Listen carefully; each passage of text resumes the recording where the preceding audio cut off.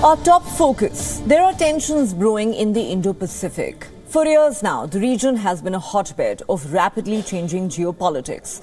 China's growing prowess in the Indo-Pacific has brought the focus of world powers to the region, with all of them rebalancing security and economic cooperation.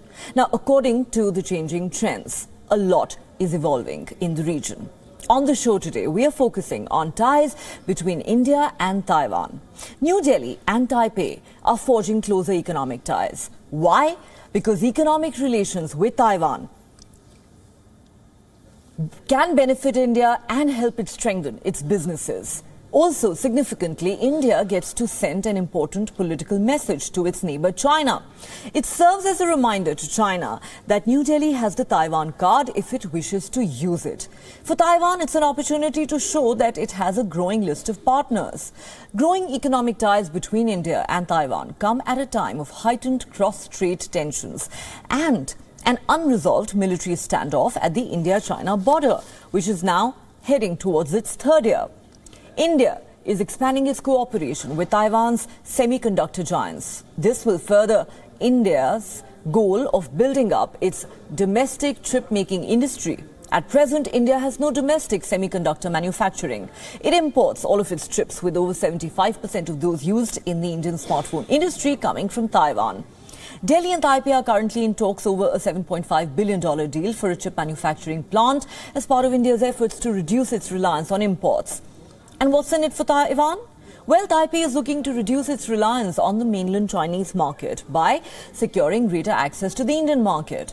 For Taiwanese companies, this could be a boon. But analysts say the motive may not just be economic. Through this partnership, both Taipei and New Delhi are standing up to Beijing against the backdrop of a troubled geopolitical environment, as both have had heightened tensions with China. So, these economic ties certainly come with a diplomatic dimension and a political message. Earlier this month, Taiwan's Deputy Economic Minister visited New Delhi. This was the first high-profile political visit by a Taiwanese official since the beginning of the COVID pandemic. Taiwanese officials, a delegation of business executives and industry representatives, participated in the 6th India-Taiwan Industrial Collaboration Summit, as well as the inaugural edition of a roundtable featuring CEOs from both sides. Taiwan's Deputy Economic Minister also met with India's Minister for Commerce and Industry.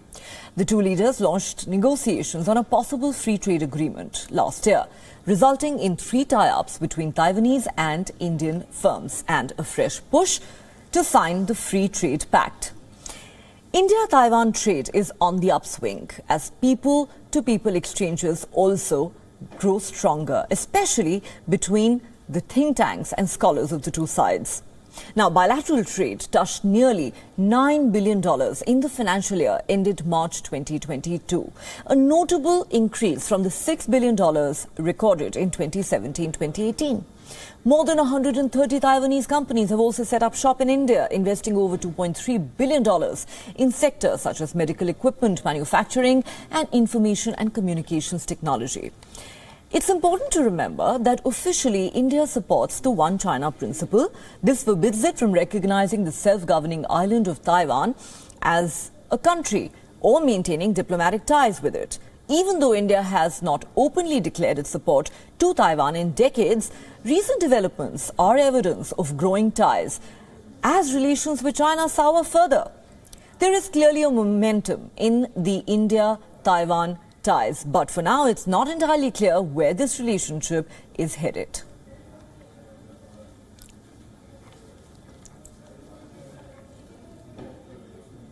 For more on this story, we're now joined by Ambassador Dilip Sinha. He is India's former permanent representative to the United Nations. Ambassador Sinha, welcome to the show. Thanks so much for speaking to WION. Now, even though India does not recognize Taiwan as a country since officially it supports the One China principle, it is evident that ties between India and Taiwan have grown stronger in recent times. What's also clear is that there is a significant economic component of this relationship, and then there is an unmistakable geopolitical dimension to it. Let's first focus on the latter. One thing that New Delhi and Taipei have in common are bitter and long-standing disputes with Beijing. Is that proving to be a major area of convergence for India and Taiwan, whereby they both get to send out a message to China in a sense? And that should be an area of convergence, and that should be an area of cooperation. But India has, over the years, very faithfully followed the One China policy.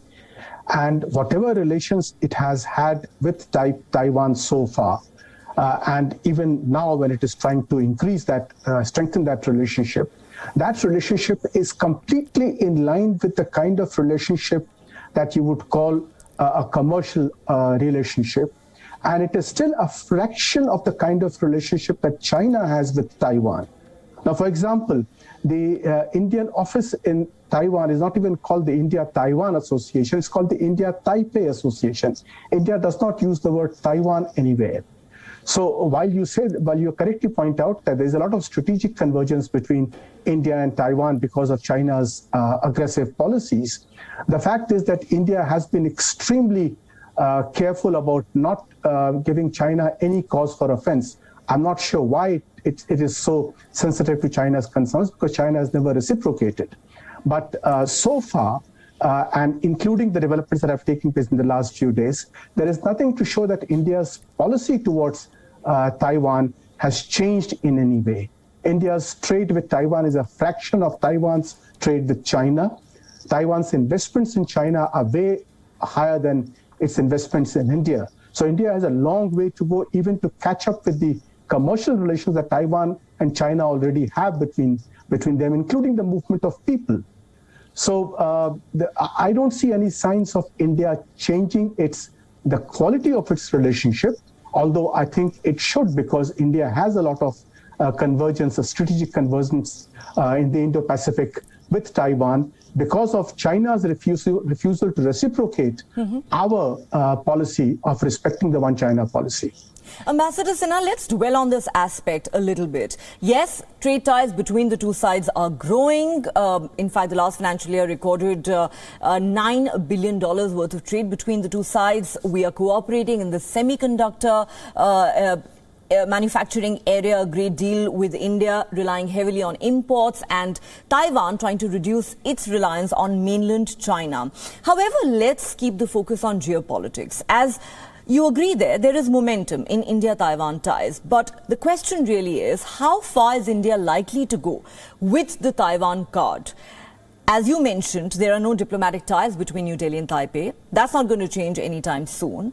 Therefore, the question really is, what does the future of this relationship look like? And also, very interestingly, you said that while India continues to faithfully adhere to the One China principle, maybe it's time it stopped doing so.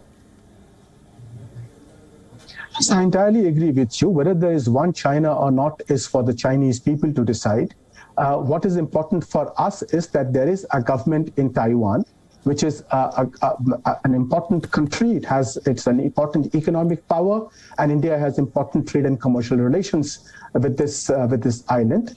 Now, we already have an office there. That office issues passports, issues visas, but we don't call it an embassy. It's called an India-Taipei Association office. And all this is because countries are scared of China's bullying and the possibility of China retaliating not only commercially, but also perhaps militarily, in case any country violates this so-called One China principle. Now, this is not the first time that a country has two governments. The Koreas, for example, have two governments, the North Korea and South Korea, and both are recognized by many countries. And that can also be done in the case of China, that as long as Taiwan remains a separate country, as it is a separate country, and countries have trade relations with them, they can also upgrade that to diplomatic relations rather than getting concerned about China's bullying, which is a genuine fear that countries have. China's bullying is a genuine fear that countries have, and in fact, no less than US President Joe Biden himself has repeatedly pointed out that the world needs to come together to check China's growing aggression and expansionism. On that note, Ambassador Dilip Sinha, thanks so much for speaking to WION and sharing your perspective with us on the India-Taiwan relationship. Thank you.